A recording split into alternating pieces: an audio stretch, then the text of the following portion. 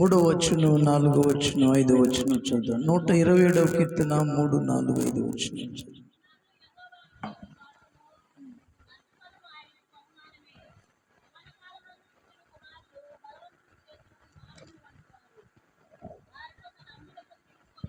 కుమారులు యెహోవాను గురించి స్వాస్థ్యము, గర్భఫలం ఆయనిచ్చు బహుమానమే.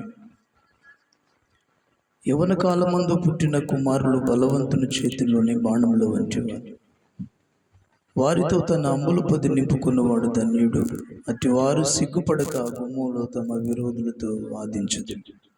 చదివే వాళ్ళకి మైకి ఉండయ. 128వ కీర్తనలో కూడా 3వ వచనం, 4, 5, 6 వచనాలు చూద్దాం. నీలోగిటి నీ భార్య ఫలించు ద్రాక్షవల్లి వలె నుండును. నీ భోజనపు బల్లా చుట్టూ నీ పిల్లలు ఒలివి మొక్కల వలె నుందురు.